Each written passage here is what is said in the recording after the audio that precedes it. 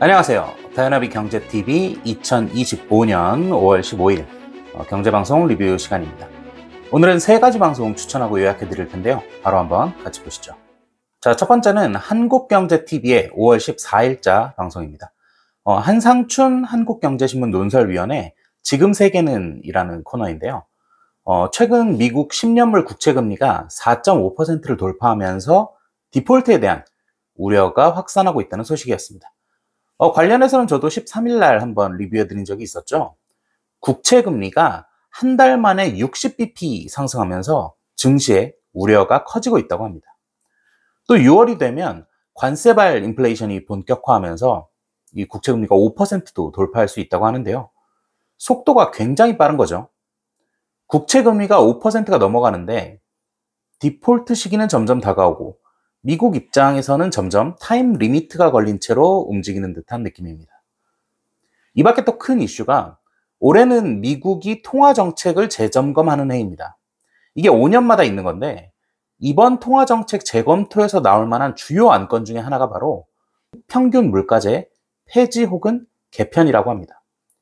이 평균 물가제라는 게 연준에서 지금 물가 목표치를 2%로 설정해 놓고 있거든요. 일정 기간 동안 이것보다 물가가 높으면 그 기간에 해당하는 만큼 이것보다 물가가 낮게 조정하는 이런 목표를 세워서 움직이는 거죠. 이게 사실 코로나 시기 때 생긴 건데 지금은 그때랑 다르니까 폐지해야 된다. 이런 주장이 계속 있어 오긴 했거든요. 그러니까 이걸 폐지하게 되면 물가정책 방향이 아예 달라질 수 있겠죠. 여기에 더해서 인플레이션 지금 목표치가 2%라고 했잖아요. 근데 이거 자체를 상향 조정할 수도 있다고 합니다. 심지어 일본 아베노미스의 핵심 정책이었던 YCC, 일드커브 컨트롤을 도입할 수 있다고도 하는데요. 평균 물가제를 폐지하고 인플레이션 목표치를 높여서 위험 상한선을 더 올리고 국채가 안 팔릴 것 같으니까 일드커브 컨트롤 도입해서 금리 상한선 도달할 때까지 연준이 무제한으로 국채를 매입하도록 한다. 이런 얘기잖아요. 이거는 재정적자는 연준이 나눠지는 셈이 되고요. 물가는 덜 잡겠다. 이런 건데요. 이건 미국의 스태그플레이션이 그냥 눈에 그려지는 방향이잖아요. 이게 실제로 이루어진다면 시장에 어마어마한 변화가 일어날 겁니다. 이번 8월 달에 열릴 잭슨홀 미팅에서 이런 부분들을 논의한다고 하니까 관심 있게 지켜봐야겠습니다. 자세한 내용은 영상 하단 링크 통해서 풀버전 한번 꼭 시청해 보시길 바라겠습니다. 자, 두 번째는 3프로TV 5월 15일 오늘자 방송입니다. 성일광 교수님 나오셨는데요. 이번 트럼프의 중동 순방 관련 이야기를 해주셨습니다. 간단히 요약하자면 트럼프가 이번에 중동 순방에서도 변화무쌍한 기질을 그대로 보여줘서 갑자기 원전 건설 조건 완화해주고 F-35 전투기 팔겠다고 하고 시리아 제재 해제하고 이렇게 했다는 건데요. 이게 별 성과도 없는데 엄청나게 부풀렸다. 이런 게 성일광 교수님의 이야기입니다. 차근차근히 보면 트럼프가 첫 해외 순방지로 사우디를 선택했죠. 원래라면 유럽이라든지 이런 동맹국들 먼저 가는 게 보통인데 느닷없이 사우디로 갔단 말이에요. 1기 때도 사우디로 가기는 했지만요. 근데 이건 사우디에 뭔가 이득이 될 게 많아서라고 봐야겠죠. 그 전날에 사우디에서 미국에 6천억 달러를 투자하겠다고 했거든요. 근데 이거에 기분이 좋았던 모양인지 사우디 원전 건설할 수 있게 해주고 F-35 전투기도 팔겠다. 이렇게 한 거죠. 근데 사실 또 이 6천억 달러마저도 좀 부풀려져 있다는 얘기가 있긴 합니다. 뉴욕타임즈의 14일자 기사를 보면 미국 정부가 사후에 배포한 참고 자료를 보니까 수치가 6천억 달러가 아니라 다 더해보니까 2,830억 달러 정도인데 이런 기사가 있어요. 심지어 또 그 중에 일부는 트럼프 집권 전부터 이어져 오던 사업들을 다 갖다 붙인 거라고도 합니다. 여튼 몇천억 달러 규모라는 게 참 어마어마한 돈인 건 맞지만 1,000조 달러씩 왔다 갔다 하는 나라를 운영하는 대통령이 6천억 달러에 움직인다는 것도 이상하긴 마찬가지입니다. 거기다가 미국이 사우디뿐만 아니라 이 아랍 국가들한테 F-35를 비롯한 이런 공격형 무기들을 팔려고 하는 움직임을 보이니까 이번엔 이스라엘이 또 죽을 맛입니다. 자기는 중동에서 완전히 고립된 느낌이거든요. 얼마 전까지만 해도 이 미국과 바이든이라는 굉장히 힘센 친구가 있었는데 트럼프로 바뀌고 나니까 이번 중동 순방에서 심지어 이스라엘은 제외됐잖아요. 트럼프는 중동 지역 순방에서 확실한 성과들을 가져가고 싶은데 이게 약속을 팔아서 돈을 끌어모으는 전략이란 말이죠. 근데 똑같은 약속을 여기에도 해주고 저기에도 해줄 수는 없잖아요. 근데 이스라엘보다는 사우디나 이런 아랍 국가들이 더 이익이 많이 날 것 같단 말이죠. 지금 트럼프의 미국은 자국의 이익을 최우선하고 있으니까요. 여튼 이러다 보니까 중동 한가운데서 고립된 이스라엘은 굉장히 불안해하고 있다고 합니다.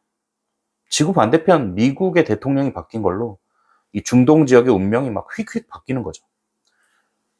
거기다 트럼프 대통령은 또 시리아 대통령을 만나서 미국의 제재를 해제해준다 이런 약속도 했는데요.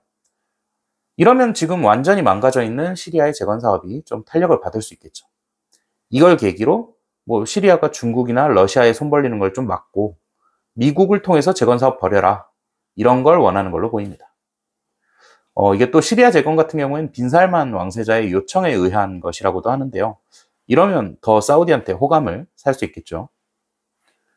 이렇게 놓고 보면 전체적으로 이번 트럼프의 방문이 과연 미국의 이익이었나? 어쩌면 사우디가 더 외교를 잘 한 게 아닐까요? 그런 의구심이 좀 강하게 들었습니다. 중동 관련 이슈 재밌게 잘 풀어낸 방송이니까요. 성일광 교수님의 이 방송 추천드립니다. 자세한 내용 영상 하단 링크 통해서 풀버전 꼭 시청해 보시기 바랍니다. 자, 세 번째는 김영익의 경제스쿨 5월 14일 방송인데요. 김영익 교수님께서 원달러 급락 소식을 잘 풀어주셨습니다. 빠르게 한번 살펴보겠습니다.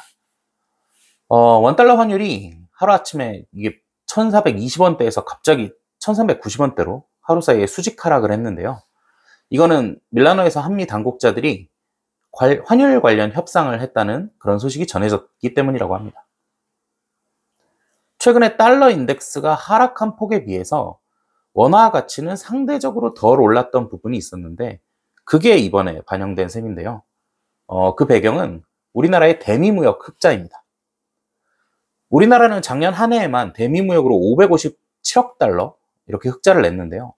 미국 측에서 무역 흑자 좀 줄여라 이런 요구가 있었고 관세로만 그게 해결이 안 되니까 환율 조정까지 좀 곁들인 거죠.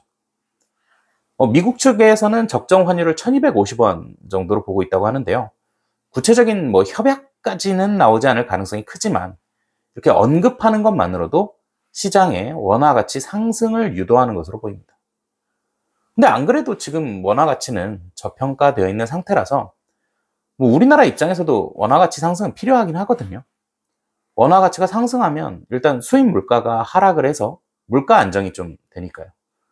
수출에 좀 부정적인 영향이 있을 수 있지만 이거는 1년 정도 시차가 좀 있다고 합니다.